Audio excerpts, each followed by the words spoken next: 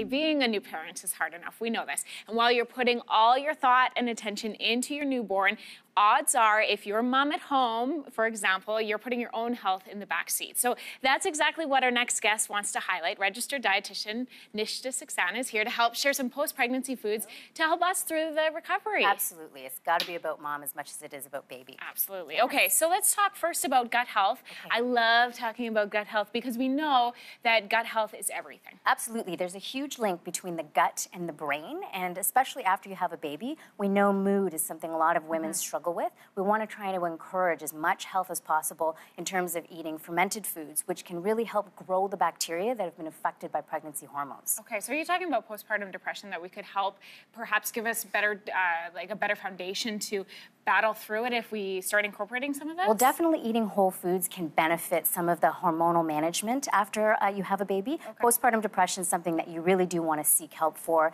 Make sure you're talking to your care providers about in case you feel like the moods are getting out of control. Okay, so what are some examples of these fermented foods? Kimchi is a really popular food in Korea and Asian culture, similar to sauerkraut in Europe, and both of these are fermented. You can just add them to a food that you're already ready to have: fish, chicken, meat, vegetarian dishes. They taste great, as well as something that you often have with Japanese cuisine, miso. Okay. So it's fermented, and one of your favorites, kefir. They're all great sources of lactic acid bacteria, and those can really be beneficial to help grow the good bacteria in our gut, which can help with mood and the creation of those chemicals in our brain. Okay, excellent to know. Calcium is a big concern, especially for moms over 30. Yes, there's a lot of women. In fact, the average age in Canada is about 31 years old for women having babies these days. And so we're really at that point where we're not building bone anymore. So we want to supply our diet with a lot of calcium to help manage the bones that we've already built. Of course, dairy and kefir is an excellent source of calcium, as well as other minerals and protein. But if dairy isn't something that you're doing, white kidney beans are also, a great source of calcium, and also contain an appetite suppressant called vaseline. We also have salmon here, which is full of healthy fats. Canned salmon in particular contains a lot of calcium, so you get like a trifecta: protein, fat, and calcium.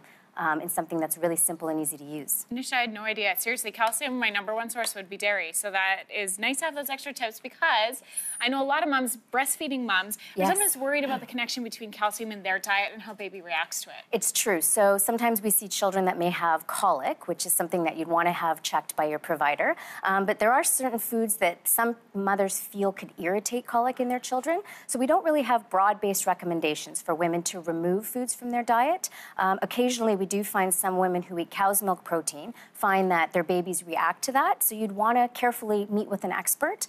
And if you are going to take out calcium from a specific source, you want to make sure that you encourage calcium-rich foods from other sources. Okay. But colic is something that you'd want to have checked by your baby's doctor. Yeah, no kidding. Well, and you need help sleeping, so get it checked right away. Yes. In terms of fats and proteins, we've got some great options. Great options. We're featuring a couple proteins here. About 1 gram of protein per kilogram body weight is around where most women will do well in terms of nutrition. We've highlighted fish and nuts here because they give you some extra bang for your buck. Nuts, we know, contain a variety of proteins, healthy fats, but also they contain some of those allergenic proteins. And as much as you may think it's the opposite, we want to expose our children to as many of these allergenic foods as possible early on. So even through pregnancy and breastfeeding, we want to have our children have exposure to nuts to help reduce their risk of allergy. So that's an added bonus. And of course, fatty, oily fish, trout, salmon, mackerel, sardines, they're a great source of protein, as well as those fats that help the come down from the hormonal roller coaster of pregnancy. Okay, it's all connected. Yes.